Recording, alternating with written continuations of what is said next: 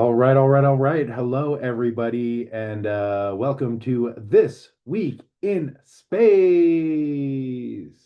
My name is Joan Emerson Bell. I am your host with the most. I'm an astrologer, tarot reader, mental health counselor, and I offer astrological coaching as well as I'm a consulting astrologer and tarot reader. So if you're interested in getting a little insight into what's going on in these wacky times, feel free to hit me up. You can find me on my website, Camp Wizard Camp, or on Instagram at Blind Stallion Space Wizard, and you can just shoot me a DM and we can figure out a time to meet.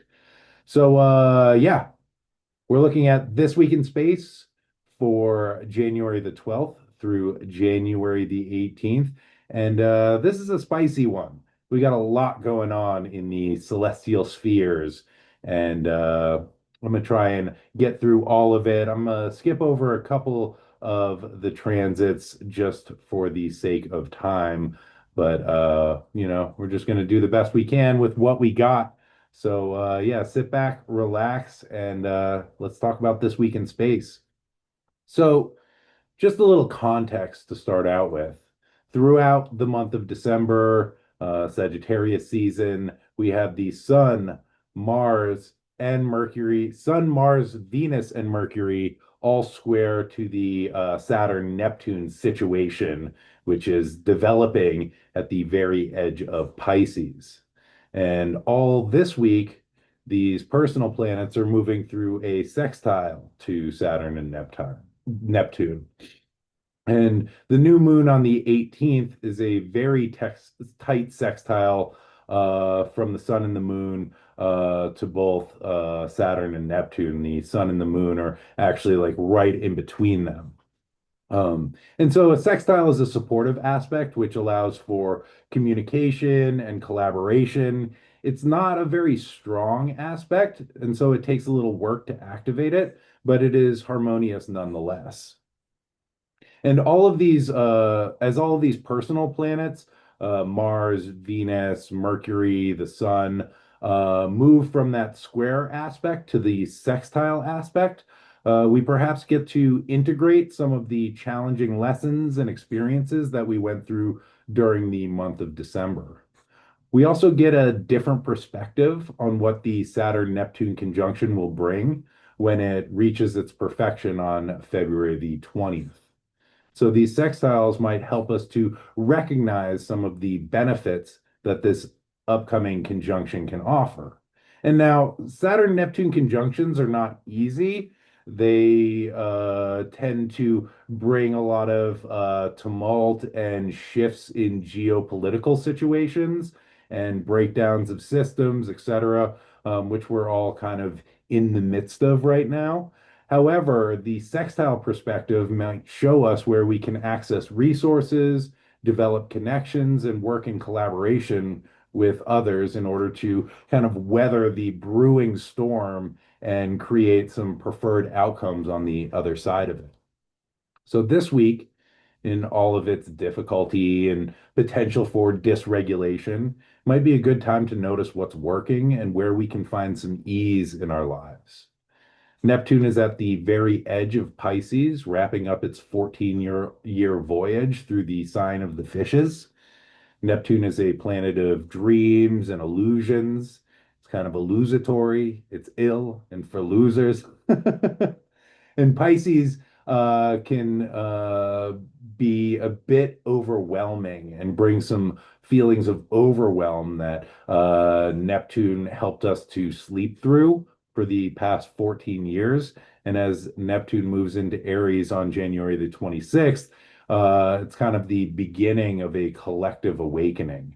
Pisces is, the end of the zodiac in some ways. And so it is a place where we're kind of processing all of the big emotions that we have gone through the journey around the circle of animals, the zodiac. And Aries is sort of a new beginning, an ignition, spark, and it's also an awakening. And so, in many ways, I think we'll be waking up from the Neptunian dream, which very well may be a rude awakening, which will be accentuated by Saturn, the planet that governs reality, entering into Aries, which is the sign of its fall, and that'll occur on February the 13th. And then we have the beginning of the year of the fire horse in the Chinese zodiac on February the 17th, and then the Saturn-Neptune conjunction on February 20th, which may lead to some pretty big geopolitical shifts and new awakenings for the collective. And so that's just the kind of territory that we are moving into this week as the Saturn-Neptune conjunction is activated by all of these sextiles, as well as we're kind of like reaching the home stretch until this conjunction perfects. So, starting off the week. Oh, also, we have a bunch of squares to Chiron, which is occurring this week. So, we're going to talk about that as well. Starting right now, today, Monday, January the 12th, we have the Sun in Capricorn squaring Chiron in Aries, which is occurring at 22 degrees and 38 arc minutes of those cardinal signs. And so, Sunday, we had Venus squaring Chiron. Today, Monday, we have the Sun squaring Chiron. Tuesday, we will have Mars squaring Chiron, followed by Mercury perfecting their square to Chiron on Thursday. So a lot of like core wounding being activated this week. And this week, we were being asked to sort of lean into our core wounds and to recognize how they relate to various aspects of our lives. And let me tell you what, this is not an easy process. With all these hard aspects to Chiron, we are confronted with our wounding on internal and external levels. So, with the tragic murder of Renee Nicole Good in Minneapolis last week, it brings up a lot of sadness and frustration for me, as well as feelings of powerlessness. And these feelings also point the way to other situations and experiences that have happened in my personal life, which can bring up similar feelings of rage, grief, and helplessness. And none of this is comfortable, nor what I want to spend my time thinking about. However, these feelings provide me with the opportunity to be with these feelings instead of trying to shove them away, cover them over, or run from them, which doesn't actually address them. When we can kind of welcome in these difficult feelings and make space to hold them in our awareness, we can begin to heal them in ourselves, which helps us to kind of lighten the load of the collective grief that we are all being asked to shoulder these days. The sun is our inner spiritual wisdom. It is also the light of awareness. And when we can turn that light of awareness towards ourselves and the pain points which we all hold, we can begin to soften the hard shell that we have constructed in order to protect ourselves. And when we can soften that shell, it allows the wounds to actually heal instead of just operating under the surface. And this requires us to lean in and to shine that light of awareness into those dark places that hold feelings of shame and grief and rage and other really uncomfortable emotions, which we have carried under the surface of ourselves for most of our lives. When these wounds become activated, we tend to react from unconscious and wounded places. The beginning of this week really calls us to be able to witness ourselves and our inner experience and to make some space to be with these difficult feelings and to see the ways that we can support ourselves and each other with care and compassion in order to nurture these wounded parts of ourselves and nurse them back to health. And so on Tuesday, January the 13th, the day after, we have Mars in Capricorn squaring Chiron in Aries at 22 degrees and 39 arc minutes. And so I think that Mars square to Chiron has a lot to do with unprocessed anger, the anger left unmetabolized in our systems, feelings of powerlessness in the face of unjust and dehumanizing systems that it feels kind of overwhelming to take action to change. I think these feelings of powerlessness create a lot of rage because that becomes really hard to figure out where to direct. And when Renee Nicole Good was murdered by ICE That was the day of the Venus-Mars conjunction last week. And here's just a little quote from Reuters that I read that day. It says Venus de Mars, a 65-year-old Minneapolis resident who lives near the site of the shooting, said, "There's been a lot of ice activity, but nothing like this." DeMars said, I'm so angry, and I feel helpless." And I think that kind of sums up the Venus-Mars conjunction. Also, the fact that that was a quote from a woman named Venus de Mars, just like really struck me. And then that statement, I'm so angry, and I feel helpless. You know, I think like the violence of Mars really threatens our values and our sense of connection with others, and also this feeling of powerlessness, which can lead to shutdown or it can lead to rage and feelings of helplessness as well. And so we are sort of carrying in the collective the residual pain of this and many other collective experiences like this, which can be really hard to metabolize. And these feelings of anger, rage, and powerlessness also point back to past personal experiences where we have maybe not been able to act or have felt disempowered or impotent or unseen or uncared for. So there's this neurobiologist, Jaak Panksepp, who developed a theory of 7 emotional systems that all living beings have.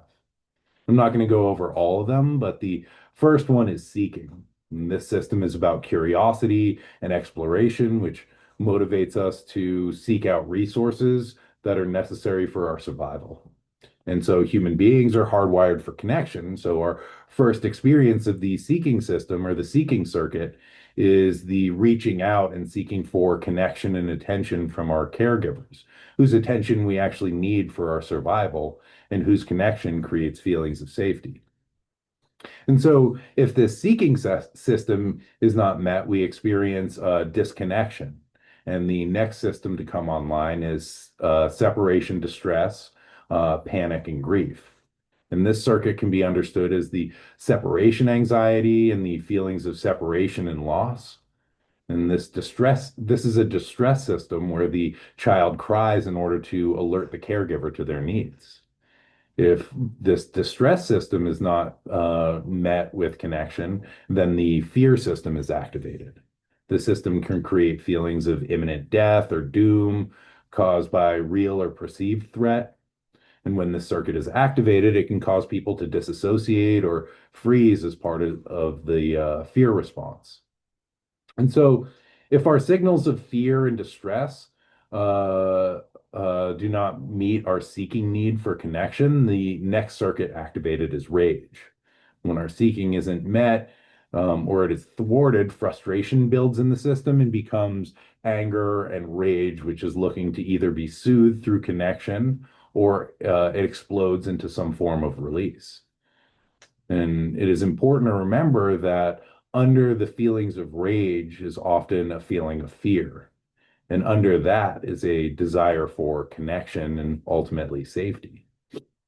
Now, if we take these circuits out of early childhood development and apply them to life, we can think about our attachment system in relationship to the state or the larger communities that we're living in. So, smaller communally organized systems were the ways that humans have lived for thousands and thousands of years. And these have been replaced by institutions, governments, and corporations.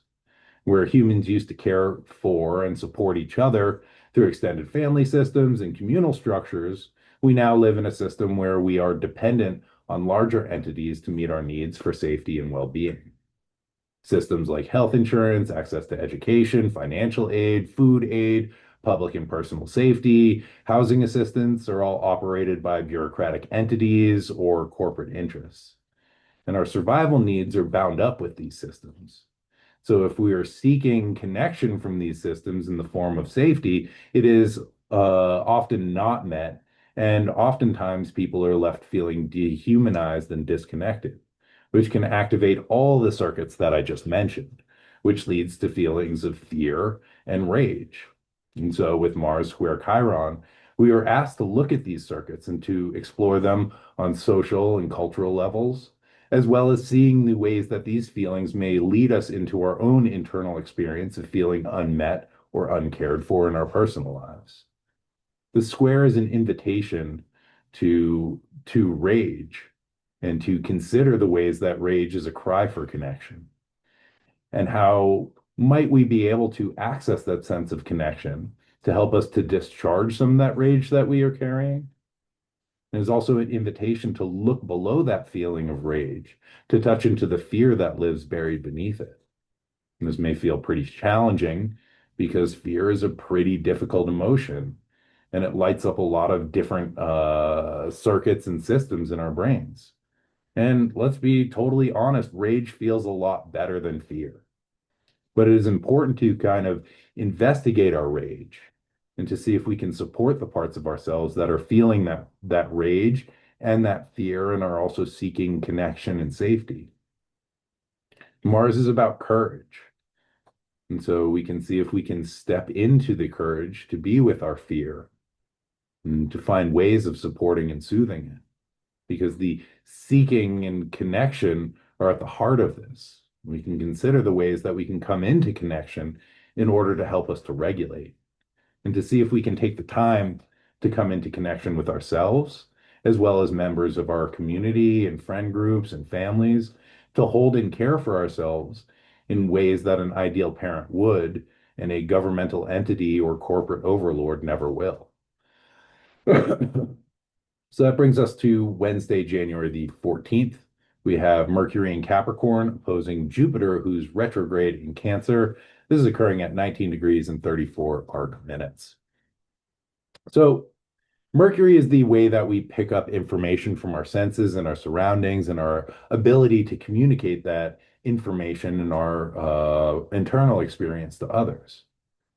It is the inner voice that is constantly kind of narrating our experience of the world. Oh, now I'm going to do this. Now I'm making breakfast. Now I'm making coffee. Now I'm like, oh, I wonder what's on Instagram, etc.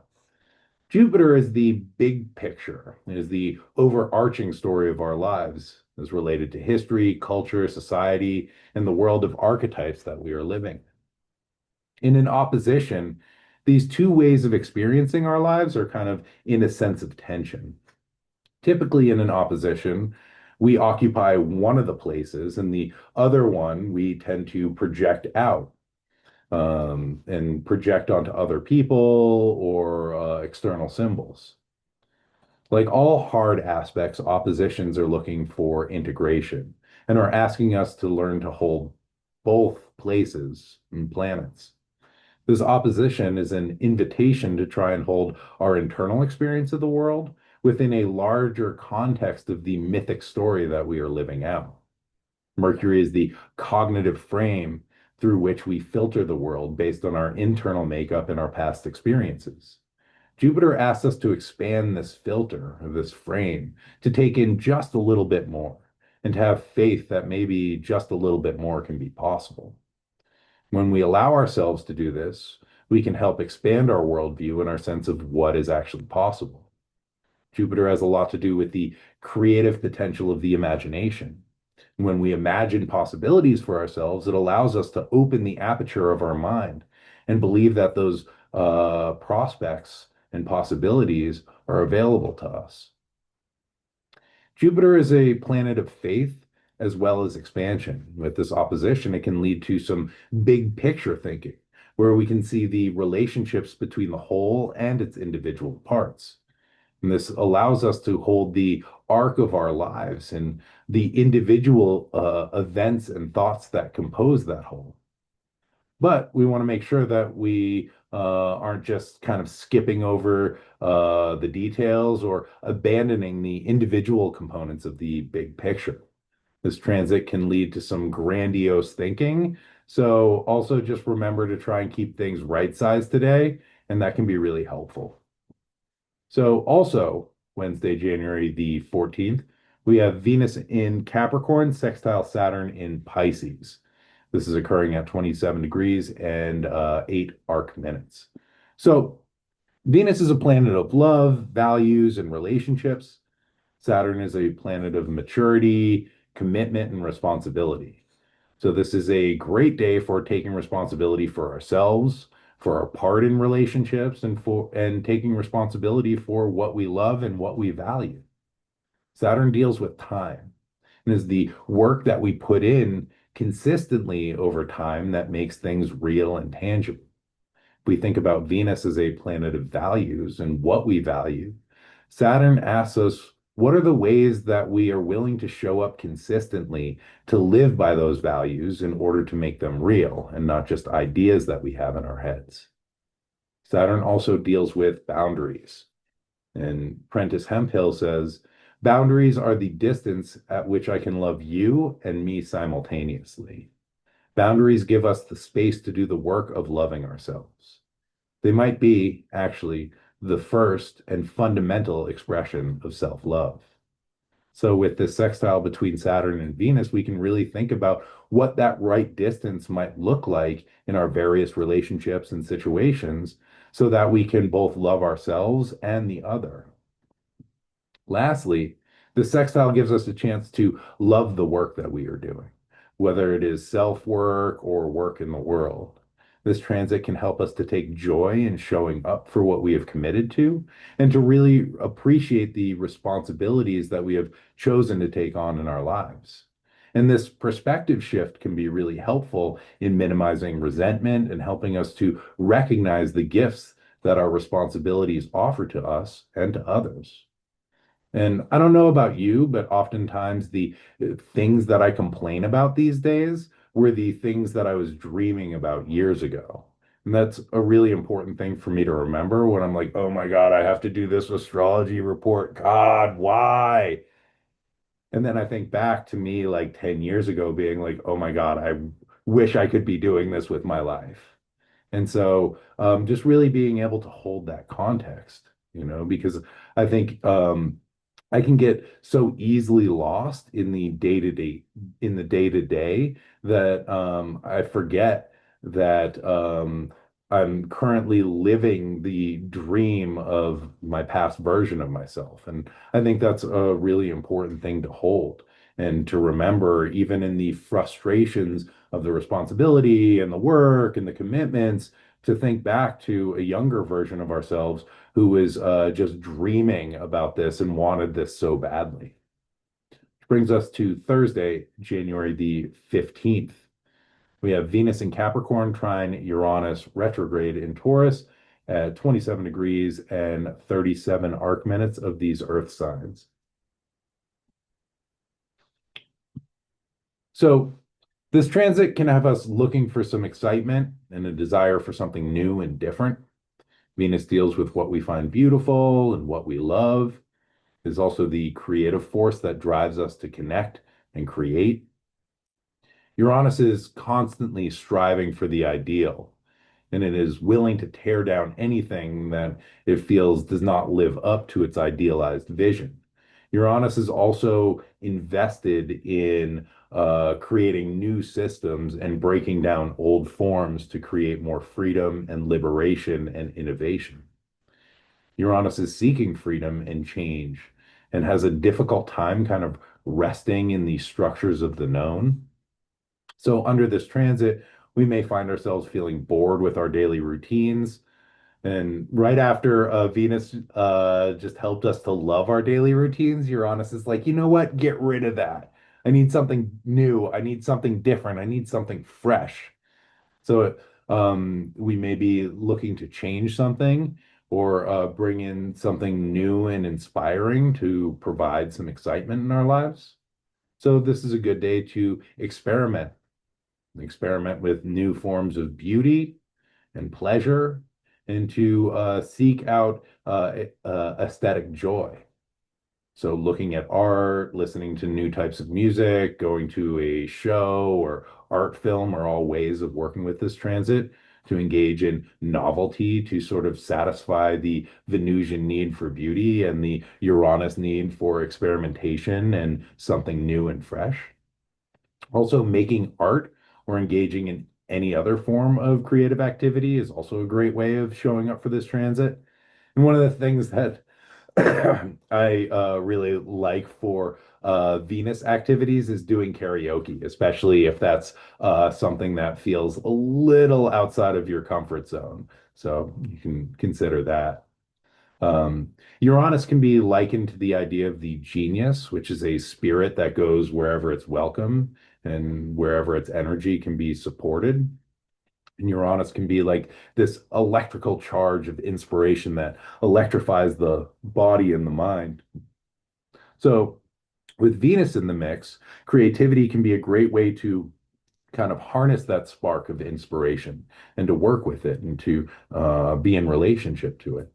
So, this is a good day to consider the ways that we can create the conditions for inspiration to arise and the ways that we can work with the spirit of the genius in our lives to develop a relationship with this sense of inspiration and to engage in the things that we find beautiful and stimulate our senses in pleasurable ways.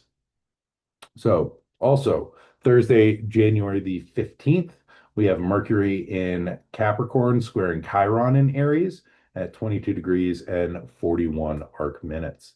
So, I've already talked a lot about the hard aspects to Chiron, but this transit gives us a moment to kind of intellectually process some of the information about our wounding and potential healing that was revealed through Venus, the Sun, and Mars through moving through this hard aspect to Chiron during the beginning of the week. And also to kind of process on an intellectual level some of the activation that it might have brought up. And so the pain points revealed here may have shown up in relationships and our sense of self and our identity and our ability or inability to act and the anger and the rage that we are sitting with. Now, Mercury, who's the messenger, may help us to process some of the messages that we received at a kind of somatic level and to understand them on an intellectual level. Mercury is also in a square with Chiron, so they are experiencing their own relationship and challenges with the core wound. However, Mercury may help us to get some insight, not just into what's been coming up over the first part of this week, but also into the medicine that may be available to help us heal these wounds.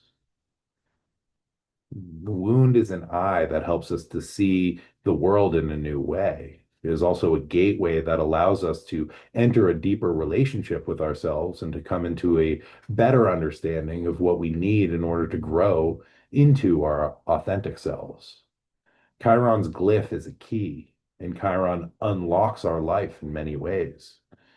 And it allows access to the medicine that we have been brewing deep inside of ourselves, which has been synthesized from our past experiences. And it helps us to share that medicine with others that we meet along our journey. In this square, Mercury can help us to kind of follow the threads back into ourselves. And again, Mercury is the psychopomp who moves between the superconscious realm of the Olympians and the terrestrial realm of our consciousness and the underworld of the unconscious. And so Mercury as this psychopomp, as this guide, allows us to really follow these threads back into ourselves and to recognize the parts of ourselves that are needing care and attention at this moment, as well as the wisdom that these parts hold around what they need to be able to actually heal. Which brings us on to Saturday, January the 17th. And so, yeah, there's a couple things going on this day. Some of them I'm going to skip over just for the sake of time. We have Venus in Capricorn, sextile Neptune in Pisces at 29 degrees, 46 arc minutes. We also have the Sun in Capricorn, sextile Saturn in Pisces at 27 degrees and 19 minutes. And I'll talk about that in the new moon portion of this. And then we also have Venus entering Aquarius. Um, and just a couple notes on that. Aquarius is a sign of the outsider. It is in traditional astrology, it is a Saturn ruled sign. And if we think about Saturn as the structure or the kind of walled city, Aquarius is what's outside of the wall. It provides a little distance and the ability to observe the functionings of systems within the normative. And as the outsider, there's a very different perspective that we can get. And I always think about, being in a city and like, driving through traffic and congestion and frustration. And then when you get outside of the city and maybe up on a hill, you can see, oh, that's why driving down that street sucks because four roads just meet in one place and it's really poorly designed. So there's this observational quality that Aquarius has that allows us not only to shift our perspective, but to be able to do life in a different way, which is incredibly important. Aquarius also tends to be a little detached because it is an air sign and so is dealing with the intellect. Emotional issues, relational issues, these might be, we might be feeling them from a more intellectual level and looking for intellectual connection and new relational or pleasure experiences on an intellectual level instead of the maybe felt somatic level. Also, the glyph of Aquarius is two wavy lines, look like Wi-Fi signals or transmission signals, but these lines are moving kind of parallel, and we can think about one as the actual practical reality and the other one as the ideal. And I think that a lot of the Aquarian archetype is trying to bridge that gap between the physical reality and the ideals that we hold. And so if we think about Venus moving through this sign, what are the ways that we can begin to bridge the reality with the ideal in our relational lives, in our aesthetic joys, in our experience of love and beauty, as well as the values that are important to us? Because in a lot of ways, values are an ideal. This is what I aspire towards, this is what I value in my life. But they mean kind of nothing if we don't show up consistently to honor these values in what we do and how we behave, how we relate with other people, and how we treat ourselves. And so, something to really consider as Venus is moving through Aquarius is the ways in which, through the Venusian aspects of our life, love, values, aesthetics, beauty, how we can sort of begin to move ever so slowly from the actual physical reality of our day to day towards the ideal. Because we don't want to, when the ideal is too far away, it makes it pretty hopeless. Oh, I'm stuck here. Oh, I'm trapped here. I'm never going to get where I want to go. And if we're only living in the ideal, then we are abandoning our actual felt experience and not being able to really appreciate what is occurring or the beauty or the love that is available to us. So just something to consider over the next month or so.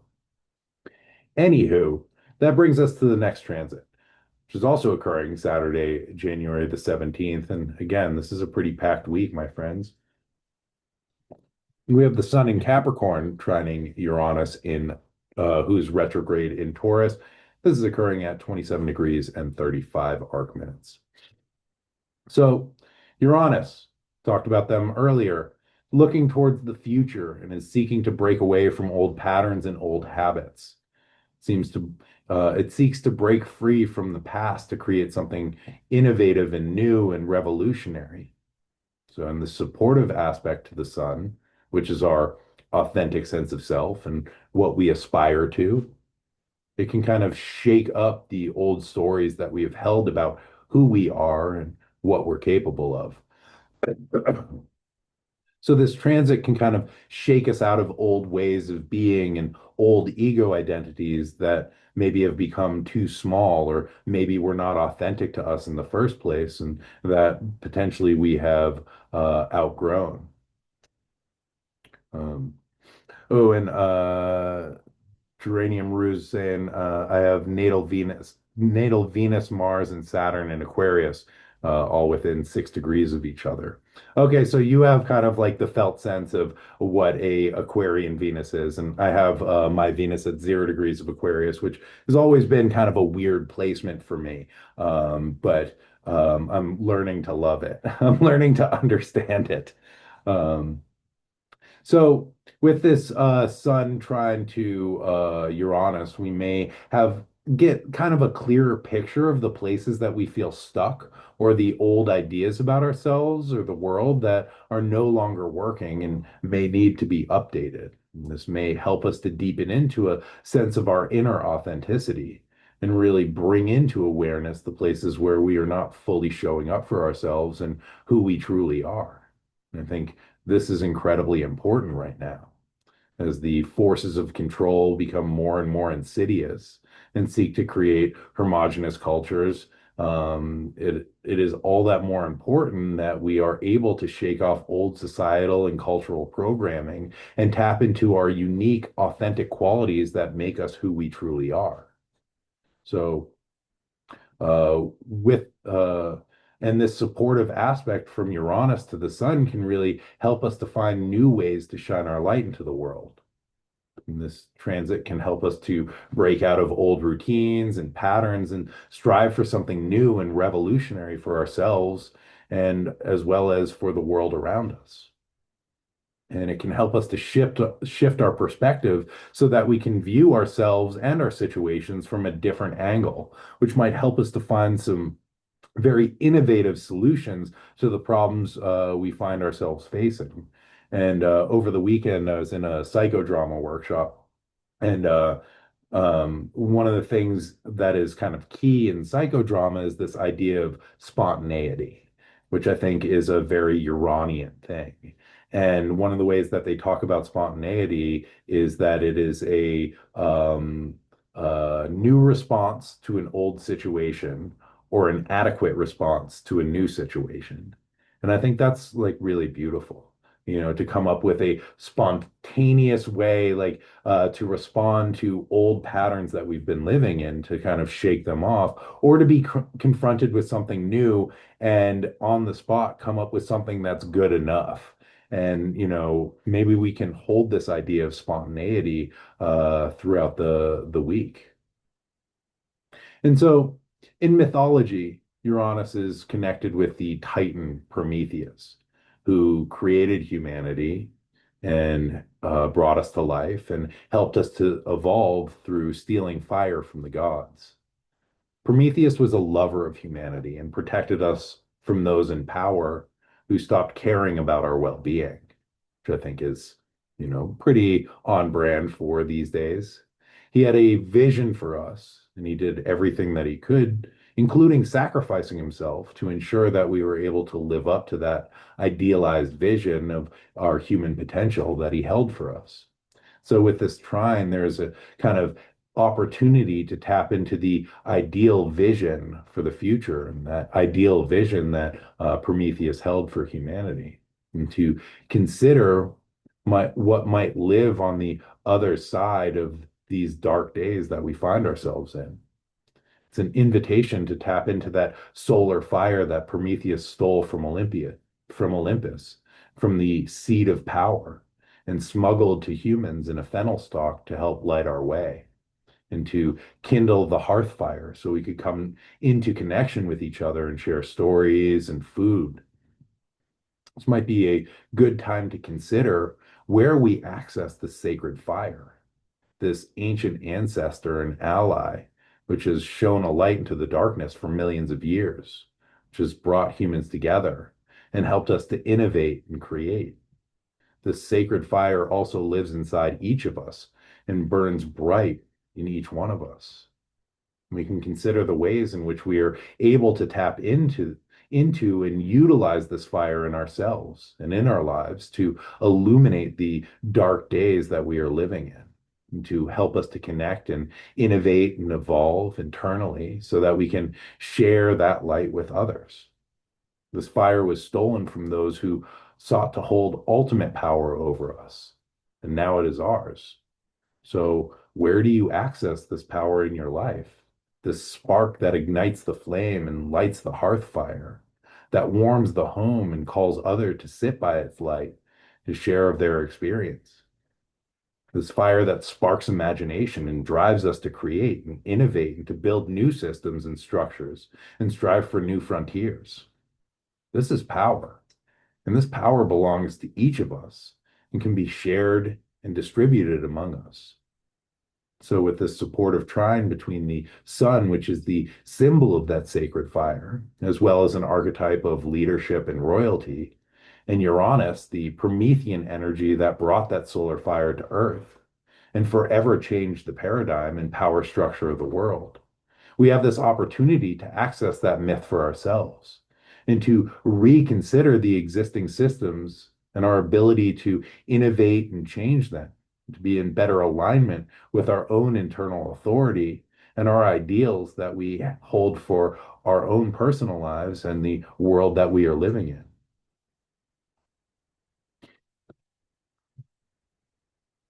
Um,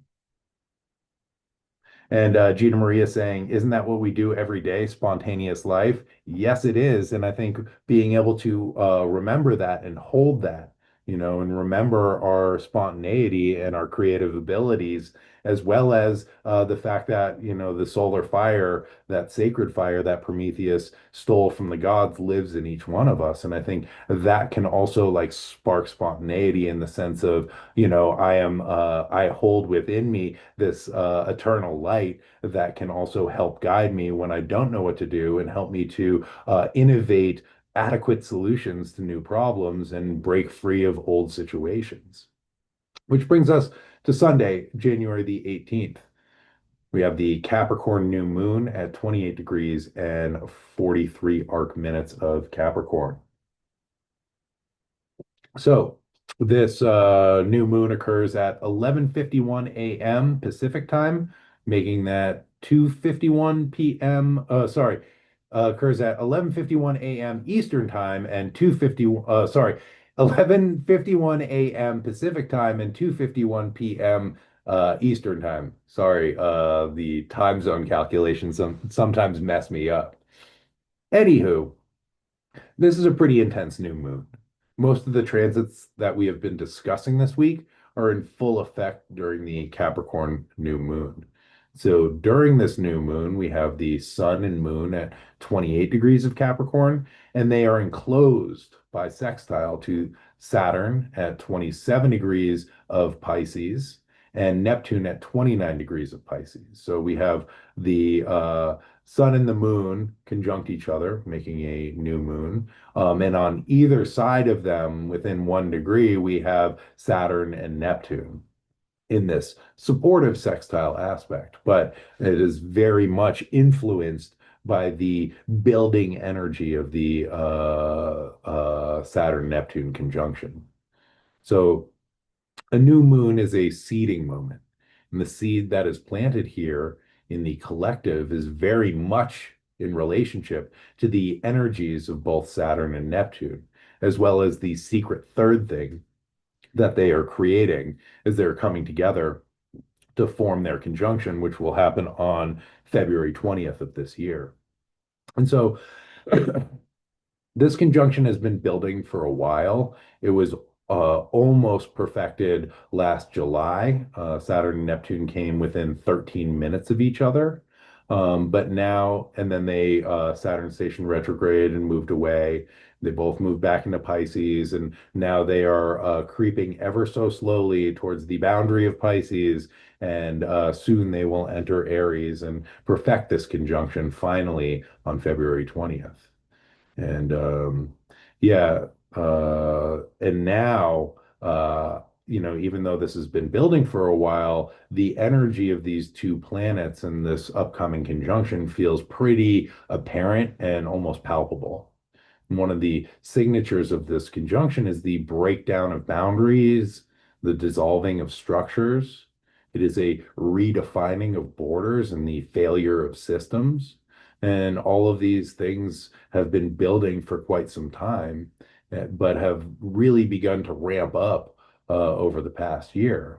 And it has kind of increased exponentially over the first 2 weeks of 2026, with the U.S. invasion of Venezuela and the murder of Renee Good, as well as the response from the populace with shock and outrage, and rightly so, and massive demonstrations and collective actions around America. I also want to note that there are massive anti-government protests occurring in Iran right now.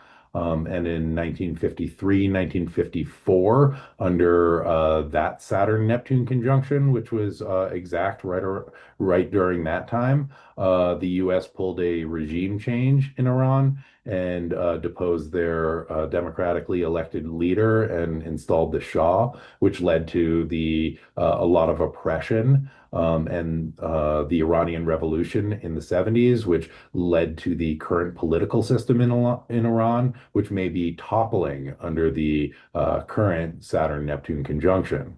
And so, just an example of how these things, keep moving cyclically and sort of taking on new faces and new characters, but these stories are still playing out.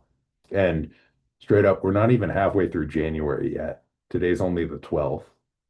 And so the sextile from Saturn and Neptune to this new moon may be a point of integration and a point where we are able to access some of the information from the building Saturn-Neptune conjunction and to see what supports exist for us, even in these difficult times. Capricorn, where the new moon is occurring, is interested in existing structures and ways of working within them to skillfully achieve the goal, whatever that might be. And Capricorn is symbolized by a goatfish, which never really gets talked about. Everyone's like, "Oh, it's just a goat," right? Because I can't really understand goatfish, you know. And the goat part of Capricorn is driven and called to climb the mountain, to achieve and to get to the highest heights. However, the fishtail, which is often forgot about, is tapped into the unconscious and the collective unconscious. And it draws that desire to climb and its vision for the mountaintop from the deep waters of the psyche and the soul. And so this goatfish holds the energy of both the Neptunian dream and the Saturnian determination and the desire to create and structure reality. This new moon is a good time to allow ourselves to sink down into the deep waters of the psyche and to kind of cultivate the vision of the mountain that we want to climb. We want to consider the terrain that we find ourselves in while tapping into that soul vision that motivates us to seek the highest heights and the clearest views.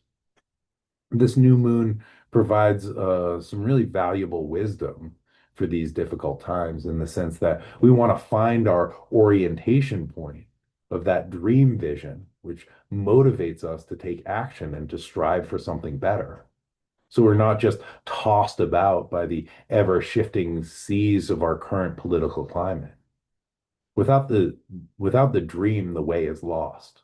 And without the dedication to taking the practical steps necessary to live into the vision, the dream remains just a dream and fades away as we re-enter the grind of waking life.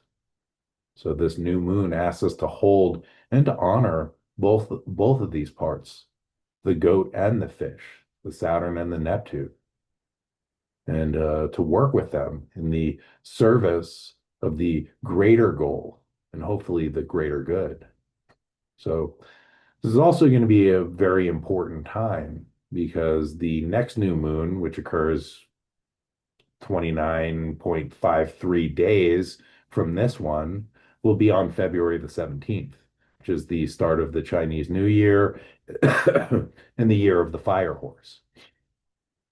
It will also be the last lunation before the Saturn Neptune conjunction perfects on February 20th. And so, in some ways, I see this new moon, this Capricorn new moon, as the beginning of our kind of final preparations for that cosmic event. So, we want to consider the ways that we can use this time wisely. And I think being able to hold both the goat and the fish, the dream of the better reality that I want to live into, and the practical steps that I can take, even if they're small, to help create that reality, in my local environment and, hopefully having that ripple out into the larger collective. Okay, still got a couple more transits. Thanks for sticking with me, folks. Sunday, January the 18th, we have Mercury in Capricorn, conjunct Mars in Capricorn at 26 degrees and 3 arc minutes. So, Mercury is a neutral planet. They are neither malefic nor benefic, but they are a shapeshifter, and they will kind of take on the characteristics of whoever they are interacting with. So, in the conjunction with Mars, Mercury's communication skills are going to be used in the service of Mars and probably to amp Mars up. And so, Mars is interested in conflict, bravery, and action. So, Mercury can talk us into being courageous or engaging in conflict or just acting downright impulsively. Mercury's job is to take in and process the information that we are receiving through our senses from the outside world. As we take in this information, we are sorting and processing it and digesting it to help us to make decisions and to communicate with others what our experience is. With Mars's conjunction to Mercury, the information that we are taking in is being blended with the martial part of ourselves. Mars is a warrior and takes action to protect what is important to us. So, with this conjunction, our Mercury processes are going to be filtered through this warrior and probably have us scanning for danger and threat. And this is not a bad thing necessarily, but humans have kind of a negativity bias. If we get pulled into this conjunction, we can find ourselves looking to confirm that threat or danger narrative. And this can lead to feelings of hypervigilance or a heightened threat response or increased stress. Mars is also pretty impulsive, and we may find that we want to take action before we have really thought through what we are doing and why. And so Mars's conjunction to Mercury can also be inflammatory language and cause people to poke at each other until things escalate and there is a fight or some action or some discharge of that rage that I was speaking about before occurs. And there's definitely a lot to be angry about these days, and people are definitely on edge. But with Mars in exaltation in Capricorn, we want to think about right action and action that is going to help us to get closer to achieving whatever goals we have set for ourselves and not being distracted because we're just trying to unload unprocessed feelings on some poor bystander. And so before you start posting in the comments or picking fights with your racist relatives, see if you can slow down and ask yourself, is this really the best use of my time and energy? And ideally, this transit helps us to think through our actions and to consider what that the best use of that vital energy might be instead of blowing your top and acting out of a sense of anger or frustration or unprocessed rage that got kicked up earlier in the week. And just remember that other people are also going through this transit and they may be looking for a fight or cruising for a bruising. So just be aware before getting pulled into some bullshit that you don't actually want to deal with and it's going to just waste your energy. On the upside, this transit is really good for mental focus, and we can feel really driven to work on projects that require that kind of mental attention and mental energy. And we may feel a lot of mental energy, so having a good place to channel it might be a beneficial way to spend today. And this transit is going to be fully activated during the Capricorn new moon. And Mars is also the exaltation ruler of Capricorn. So they have a lot of power during this new moon. And Sunday may be a really good day for giving voice to some of our anger and frustration. And again, thinking about what are constructive ways that I can do that. And Mars conjunctions with Mercury also help us to have the courage to take a stand and say what needs to be said, to speak up for ourselves and for people who are vulnerable and those who we care about and want to protect. But it's helpful if we can do this skillfully. I've heard it said that right speech is both truthful and useful. So it can be helpful to be aware of the impact that our statements have so they can actually help us to communicate what needs to be said in a way where somebody else can register and receive it and benefit from it on some level. So, also, geez, this week just keeps going and going and going. Also, Sunday, January the 18th, we have Mercury in Capricorn, sextile Saturn in Pisces. So Mercury makes their conjunction with Mars really early on Saturday morning, and then by the evening, they have gone on to form a supportive sextile with Saturn, who's the ruler of Capricorn, and the ruler of this new moon. So Mercury is making aspects to both the domicile ruler, Saturn, and the exaltation ruler, Mars of Capricorn, which is kind of cool in that it's occurring on the day of the Capricorn new moon. This might help us to have more of an intellectual awareness of the sign of Capricorn during this new moon. We can tune in to how Capricorn functions and what this sign of the zodiac is trying to communicate with us, which I talked about in the new moon portion.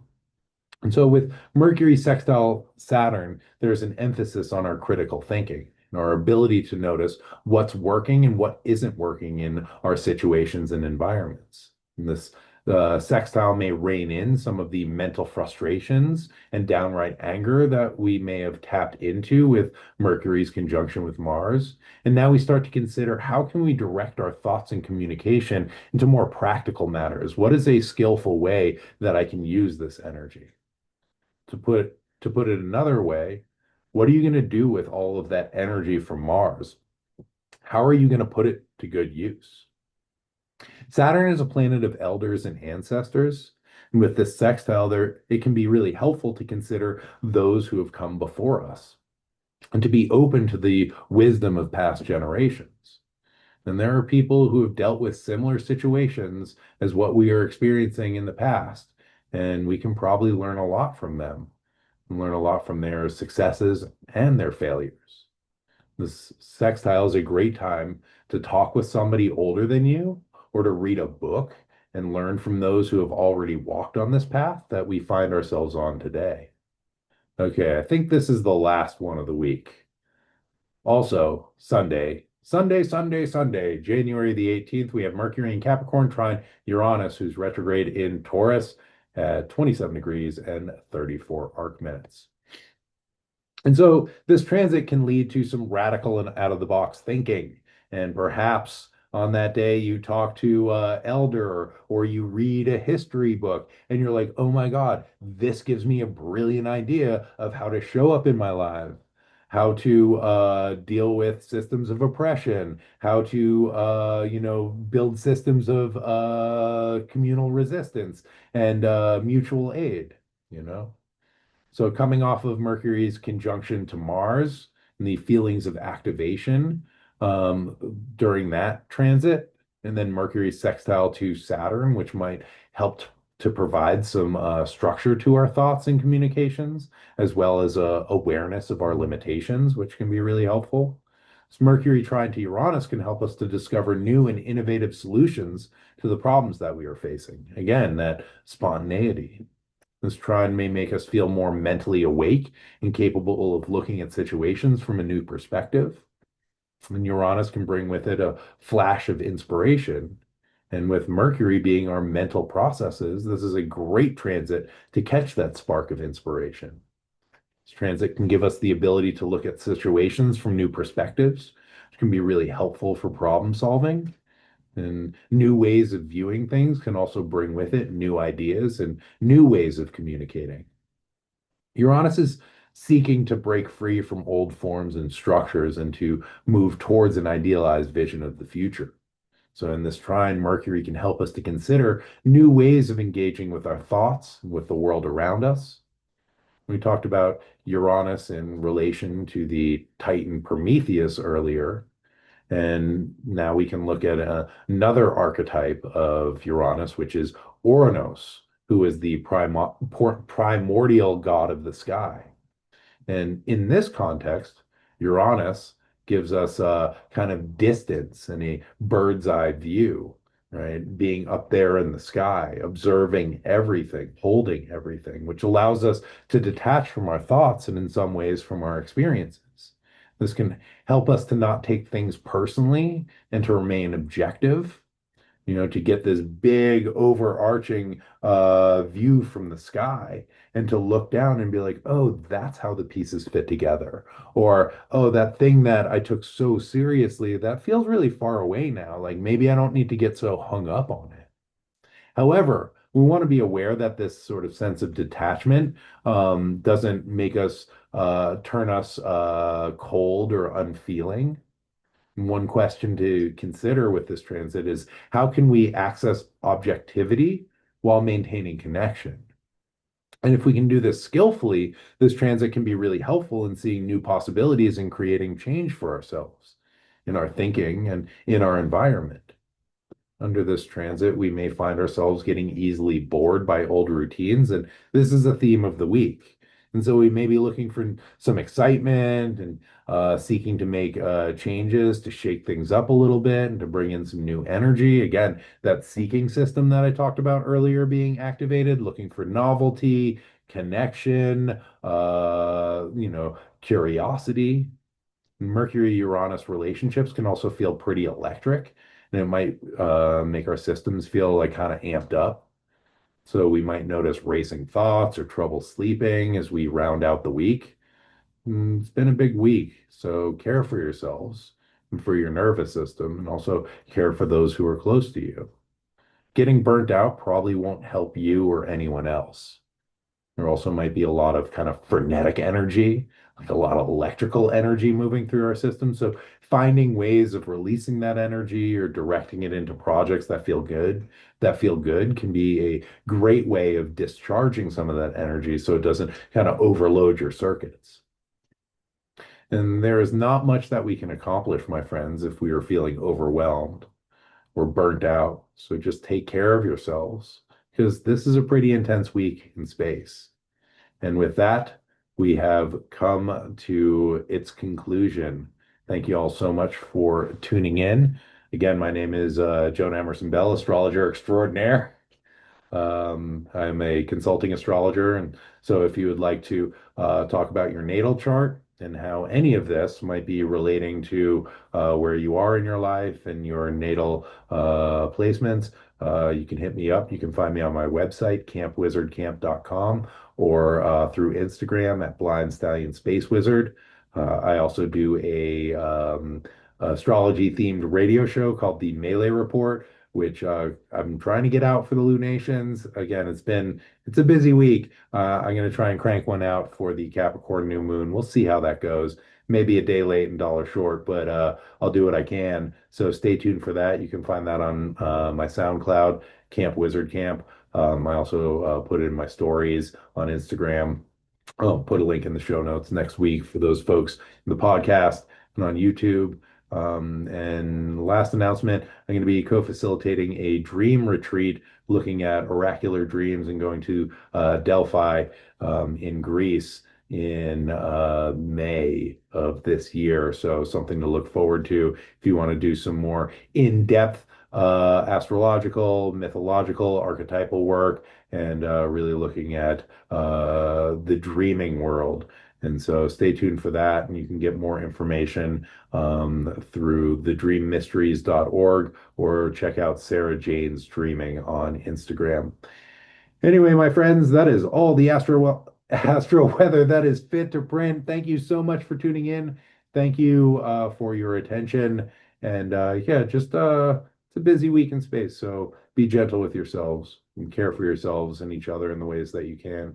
And till next time, be good to yourselves, be good to each other, and as always, may the force be with you. All right, bye now.